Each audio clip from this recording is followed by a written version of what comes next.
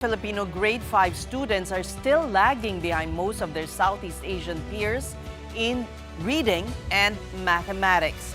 A 2024 regional assessment by UNICEF and Southeast Asian Ministers of Education organization shows only 14% of grade 5 students in the Philippines were considered to have high proficiency in reading. While that's an improvement from 2019, it's still the second lowest among 6 countries studied.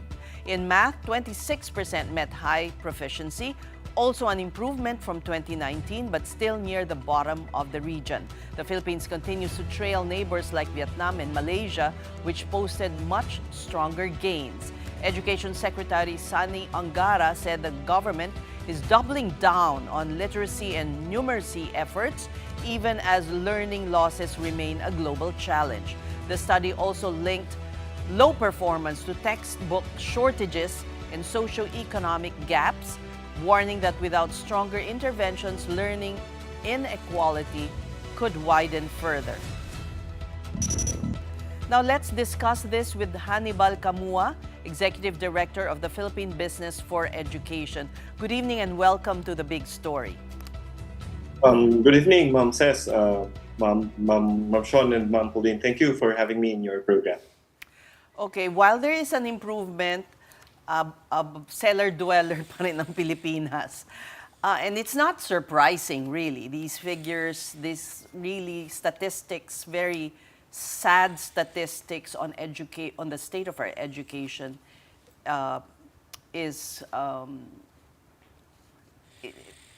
continues to drag the country down. So, grade 5, bakit po yan ang baseline? Ma'am, this is actually the methodology that is being implemented by CPLM. That's also, I think, part of what they are assessing as the readiness of the learners to actually graduate from primary education. So what is being measured is basically the foundation, being able to read and then comprehend what you're reading, and hence the reading metrics, and also on mathematics, particularly arithmetic. And you're correct po. Kami sa PBed, we are not surprised because particularly this is what we've been saying, that all these international assessments and even national assessments here that we have, particularly to pointing to learning outcomes, is a manifestation of the ongoing learning crisis that we are experiencing, that this country is experiencing. Sinasabi namin since 2019, even 2020, we are saying that we are on an education crisis and it has been systemic. Kaya nakakalungkot, pero these numbers, this performance natin sa CPLM does not surprise us anymore.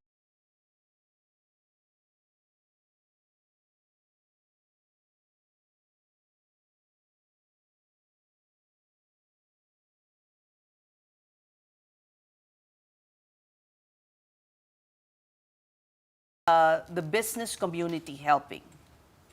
So number one, Ma'am, I think you're correct that all this, especially when we're working on education reforms, are actually it takes a long time to see results. But there are low-hanging fruits, no? As what you've said, there are let's say improvements, but not enough to catapult us, let's say, outside of being at the bottom or at the near bottom and towards siguro to the better performing countries. I think what needs to be done is, as we have been calling out our government agencies for this, is to really focus on the foundations. Focus on the foundations for early grades, particularly grades 1, 2, and 3. Should focus on reading, comprehension, and of course arithmetic. Well, dapat bago magtapos ang isang mag-aaral ng grade 3, yung foundational skills niya on reading and comprehension and also on mathematics should be very strong. And it's also, I wanted to point out that based also on this 2024 CPLM results, makikita natin that there is that problem of medium of instruction. No? Let me highlight here that the CPLM is actually in the Philippines was done in yung test po was in English. In the other 5 countries that participated, the test was actually done on their widely spoken language in their country. So, iba-iba ba yan? Ibig sabihin, kunyari, kung sa Pampanga ka, baka Kapampangan, ganon? No. No. In the case of the Philippines, they English ang ginamit No, na exactly. testing language. Should Yeah, we yeah. change that? Because I thi- that has been the recommendation. Mas mabilis ang absorption, especially mother tongue. pag lower grade levels, kung ano yung language sa lugar nila. Well, we had the policy before. Meron tayong Yeah. program, the mother tongue-based education before, but it was actually terminated, and now Yeah. it has become optional na lang on monolingual classes. So, dapat And ba this- bumalik sa dati? we believe, kami sa PBed, Ma'am says, we believe in the mother tongue education as long as it is done and implemented properly. What actually was the problem of mother tongue based education is on the implementation. When we implemented here in the country, in the Philippines, the problem is on the implementation. It's not on the model. It has been proven that when you teach the basics, reading, arithmetic, especially in the lower levels, using the language basically that they are using at home, mas madali silang natututo. Now again, the CPLM, this 2024 CPLM results highlights that, because there is that great, in the case of the Philippines, there is that great disparity of the language that was used in the test, which is English, as to the language that the learners are actually using at home, which is their either Filipino or their own language. Cebuano, Ilonggo, Ilocano. So, yes, correct.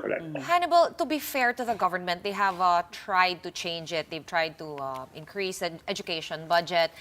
Secretary Angara said he doubled down on this problem. I wanted to ask you, what exactly did he mean by doubling down? Because it seemed very generic to me, but maybe you can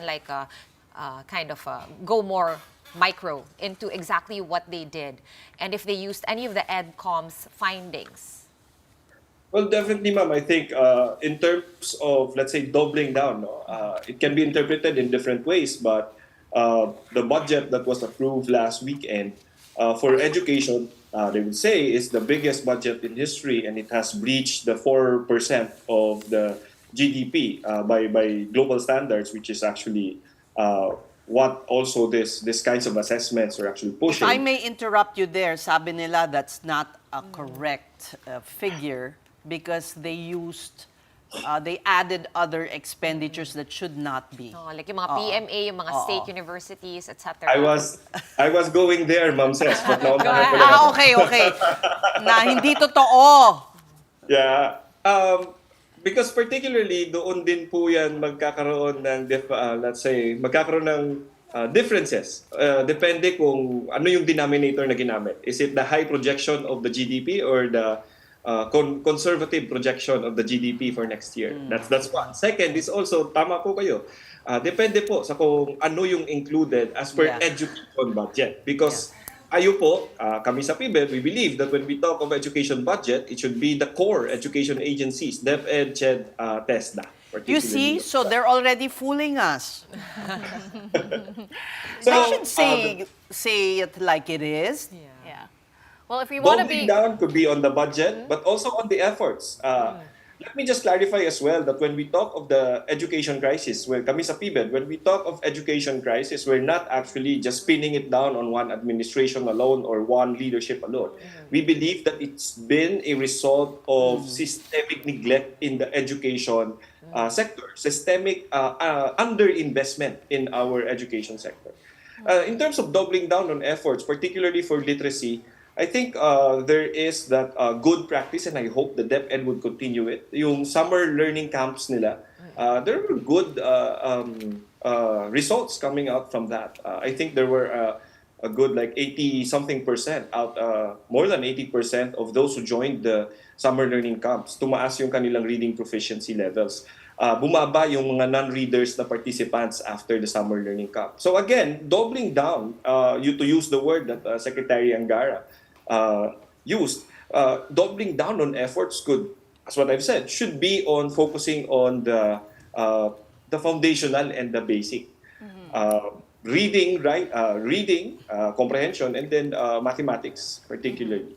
Right, Hannibal, just as a final question, maybe you can tell us some of the long-term implications if we continue to neglect the proficiency of our Filipino students, just so we can get a better grasp on how alarming this problem is. No, we don't need to look far into the future. Actually, most of the, particularly those at the IT BPO sector, there's that news I think a couple of months ago that those entrants to the workforce actually have very poor comprehension skills, as also evidenced by the FLEM survey that came out last May. So again, if the foundational skills are not fixed, reading, comprehension, and mathematics, then they continue to progress into the, let's say, magpo-progress at graduate yan sa education system natin. So we are actually producing a weak workforce, no? So towards the end of the day, magkakaroon tayo ng workforce na mababa yung kanilang comprehension level, mababa ang kanilang computation skills. And what would that mean? So if we are to really invest on our workforce, on our human capital, these kinds of foundational problems should be addressed at the onset.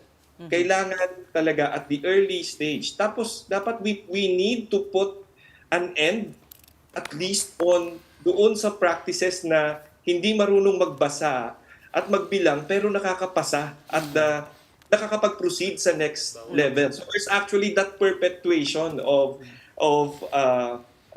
that situation na pinapasa siya at that to the next level even though na hindi niya nami-meet yung minimum standards particular to reading, comprehension, and also on mathematics. Nakakalungkot pero those are the realities that we encounter when we talk to, let's say, teachers, when we talk to our stakeholders in the school, particularly. All right. Well, we thank you for talking to us here on The Big Story, PBed Executive Director Hanibal Camua.